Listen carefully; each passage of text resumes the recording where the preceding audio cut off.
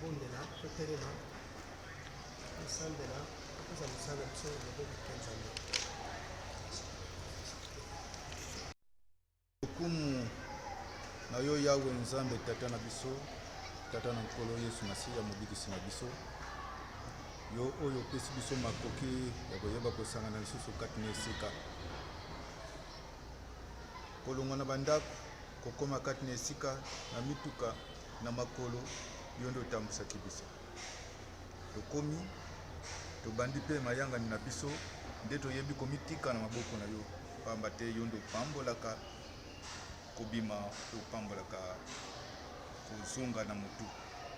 Lokola yo nde nzambe kosalela biso ya monene. Sunga mpe bandeko na biso bazali na nzela, bazali koya batela bango likama te nini te.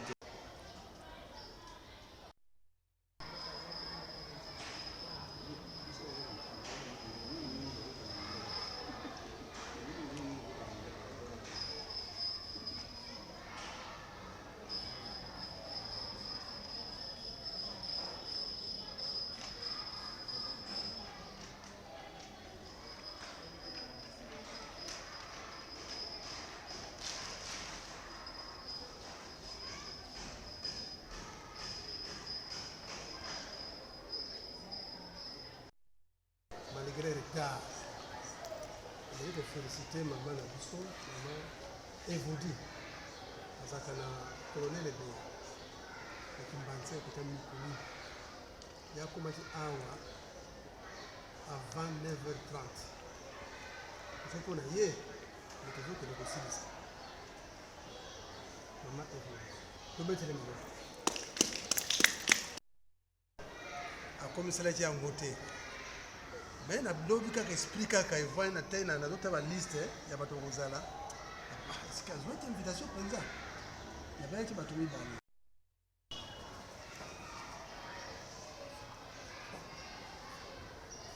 Information sur qualité.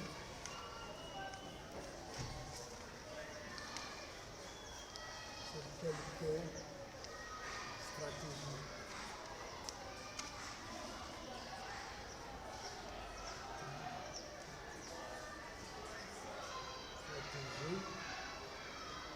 Entrepreneurial.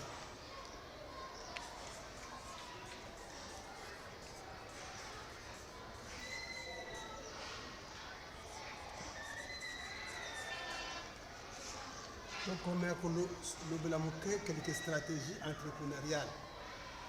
Il y a des stratégies pour entreprendre, pour ça il y a quelques stratégies pour évoluer et pour réussir. Donc cela, on a quelques stratégies. Après, donc on peut savoir recommandations.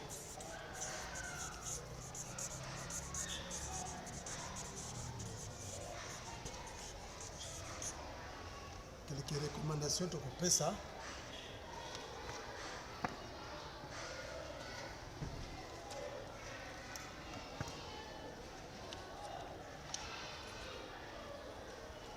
Après la recommandation, donc ça la remise des brevets.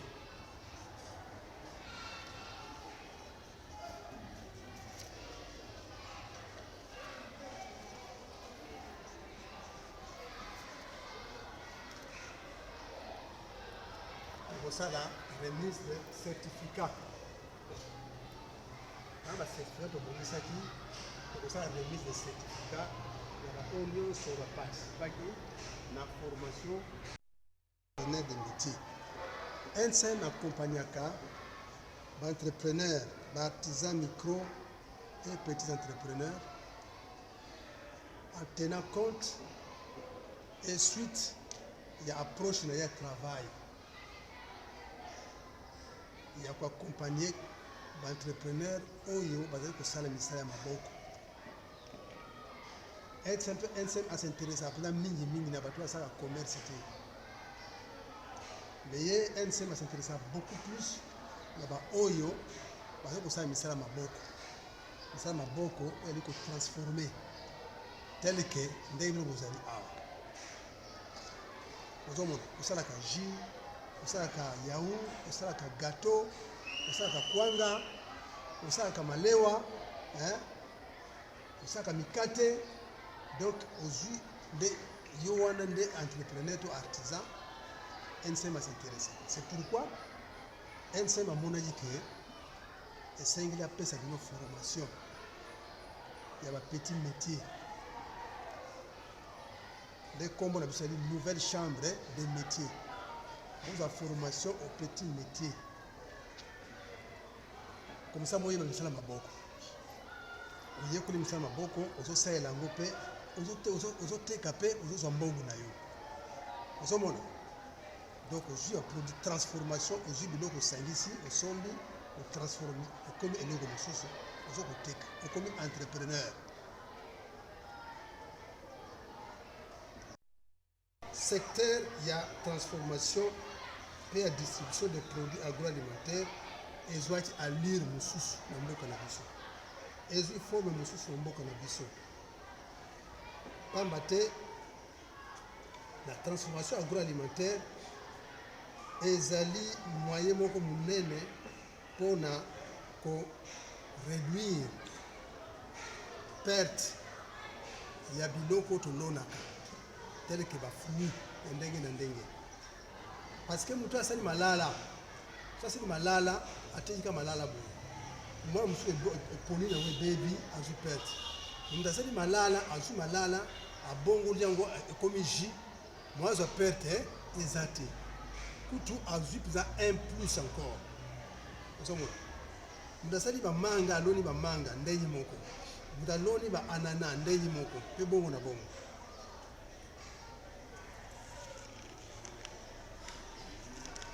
Et puis, la vie a été transformée et ils ont un bénéfice pour les cas.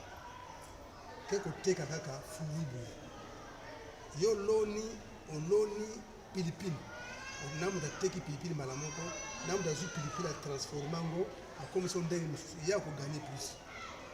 Vous comprenez? Donc, ça vaut la peine, il y a pour salaka transformation agroalimentaire. Il y a un bateau mingi, parce que c'est la mingi. C'est pourquoi d'ailleurs même le gouvernement a mis en place une stratégie entrepreneuriale pour que la misala wana pour sensibiliser batu bayebaka kokota na masolo wana. Alors contenu ya wana mutu asali mo entreprise d'ailleurs à réduire à créer emploi pour na yemoko. Mais son activité sur se développer à créer un emploi mutu mususu. Donc, on va réduire la pauvreté, c'est-à-dire on va lutter contre le chômage et la pauvreté, parce qu'on peut être misala. Voilà, bino de bokoma, pe ndenge to lingi bokoma. Vous comprenez? Donc, ndenge vous avez misala boye, on peut créer emploi pour na yomoko et pour na batu mususu. Et ndenge wana vous allez lutter contre le chômage, vous allez lutter contre la pauvreté. Voilà.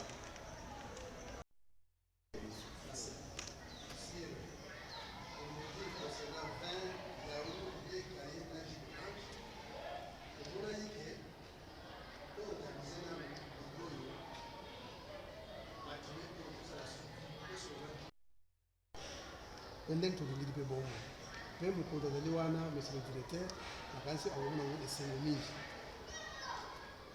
C'est pourquoi nouvelle chambre de métier na fondation Anseider basali ke totia mokolo oyo tobongisa mokolo oyo po ete topesa bino tosolola makambo bapesi mwa moyen fondation Anseider soki na papier oyo marquer kaye na bic po tozali kosalela. C'est la fondation Anseider bapesi biso mwa moyen wana. Fondation Anseider ezali organisation internationale allemand. C'est dans 5 continents. Tous les 5 continents bazali. Bazali, na Congo Brazzaville, na Angola, peu partout ici que Bénin. Le Bisso Nouvelle Chambre de métier est un partenaire de la Fondation Anseider. On a un programme d'accompagnement de l'association. Il y a un micro entrepreneur hors Fondation Anseider. Comme Bisso Nouvelle Chambre de métier, on sait que ça wana banakala. Wana bazwa ki Bisso pour tout travailler dans le Alors, les bénéficiaires, ils ont des bino na oyo. Ils ont des bino na tewana le mois de juin, le mois de mai. Pour maman, il a dit ça peut se faire.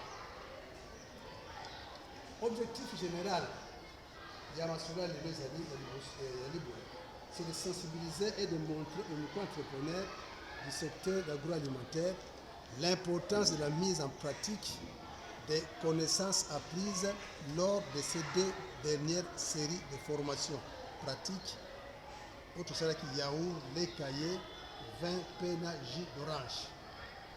Donc total les loyo, total connaissance importance la connaissance besoin qui peut-être ceux qui veulent évoluer dans le ndenge nini. Donc voilà comme contexte qui a tout sangani aya mwana. Il y a tout bien que les uniquement ba o dans la liste pour avoir une formation de bango to benji. Quand on a bien on a une formation 2 fois. Mois de juin yaki, mois de juillet zalaki. Amusu soyez quand le mois de juin, le mois de juillet bayaki té. Amusu mois de juin bayaki, mais le juillet vous allez quitter. Le total nyonso on va dans la formation de 2 séances bayaki 12. On va dans la formation quand on a séance à juin bayaki 6. Quand on a séance à juillet bayaki 6. Le total est plus sur le là 24. Donc nous avons invité 24 personnes. Et 5 000 bases à la awa, on a tout sur la bango, et bases à la certificat na bango. On a moni, on a commencé à combien de temps.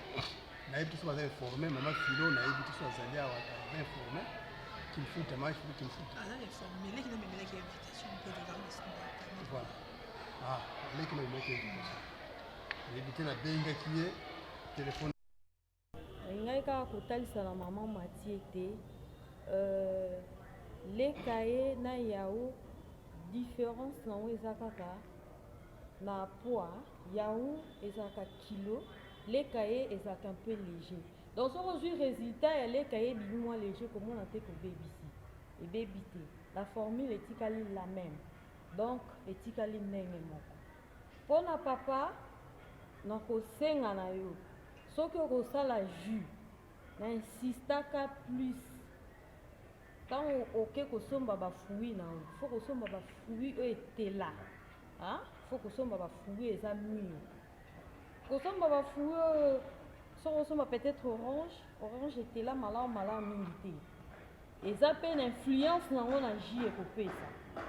Fruit etela makasi eza na influence nango, fruit mpe etela te eza mpe na influence nango na kati ya jus. Prochainement meka lisusu par rapport à l'expérimentation opesa ngai mwa raison tout en respectant bamesure kaka ya soki bomaîtrisaki bacalcul ya sucre. Donc j'espère que maman Mati lekaye na yaourt ezalaka poids moko te, différence nango yaourt ezalaka kilo, lekaye ezalaka mpe léger. Faut korespecte kaka conservation nango batemps nango batiaki respecter c'est tout. Les cahiers P20, donc on a l'information dans le mois de juillet et journée moko et bah on va y avoir l'information. Il y a des participants qui pensent que on se fait un gil de basali a peut-être que c'est un peu azali a on dit que c'est azali pe a voilà le bête de mon conseil sur ma beaucoup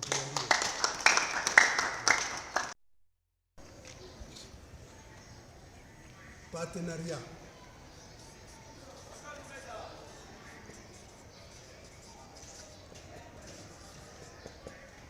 Kuna osa ndenge nini?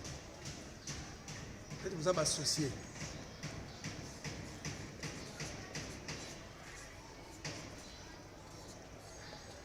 Associé. Kuna osa ndenge nini? Na système oyo. Okuza batumi 3 mine. Utali ke bon ngai nazana mayele. Na uto yekola kosala lekaye. Na uto yekola kosala yaourt. Na yekola kosala jus, donc vin, n'est-ce pas? Mais nazana makokiti. ndenge kobandela eza te mayele na motu ezali ndenge papa alobi ke baconnaissance ezali mena na bandi te mpona nini makoki eza na ye te ta eza te na makoki mpe na nazwi te sakofandaka ndenge wana mokoma kotia koya mpe nani eyebani te o peut-être ndeko na poto atinda mwa mbongo to asala ni nani baye kuna na coronavirus na poto pasi kaka donc azoluka nani akosunga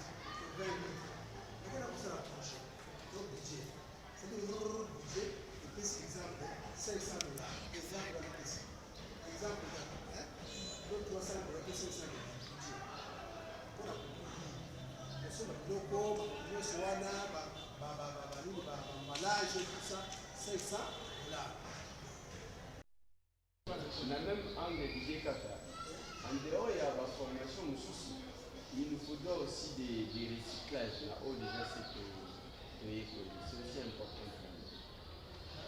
C'est pas seulement nous former mais aussi nous recycler.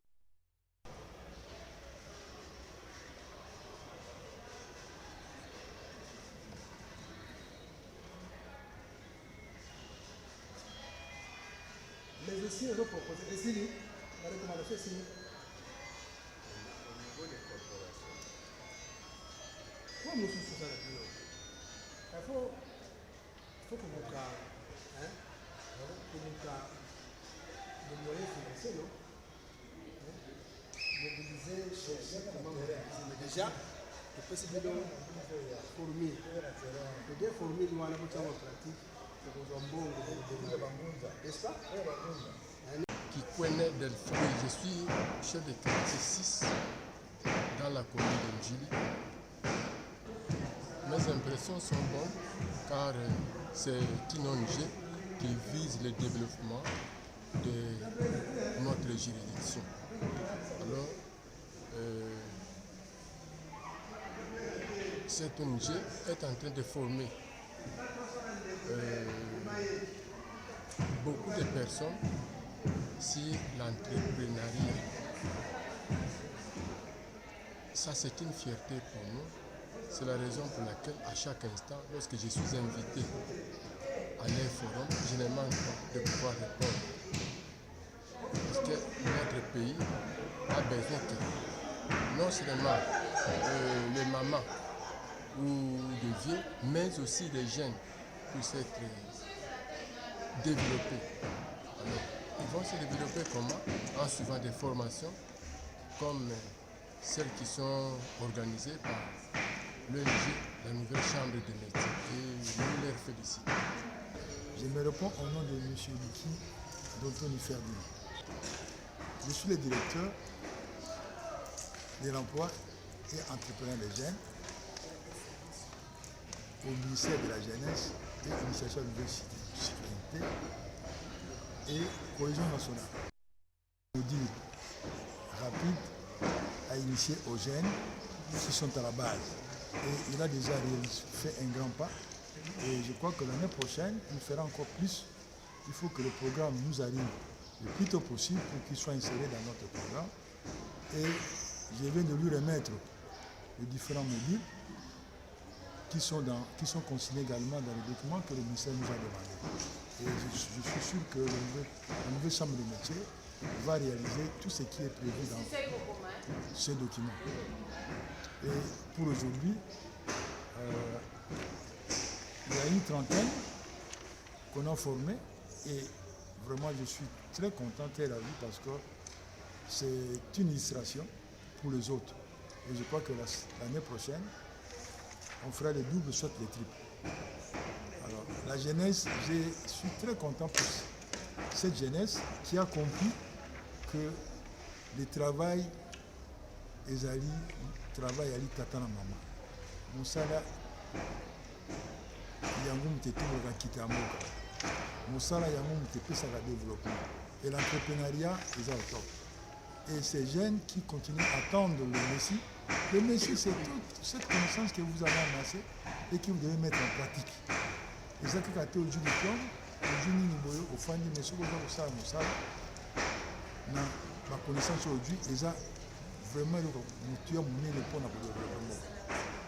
Causez la terre, Messie, le vrai Messie, c'est vous qui êtes là. Ça va. L'entrepreneuriat, c'est une illustration très importante pour le développement. Nous avons eu beaucoup de grands messieurs qui n'ont pas été à l'université, mais qui ont reçu leur vie dans l'entrepreneuriat. Et tous ces jeunes, c'est une occasion également de suivre le modèle pour que le pays se développe.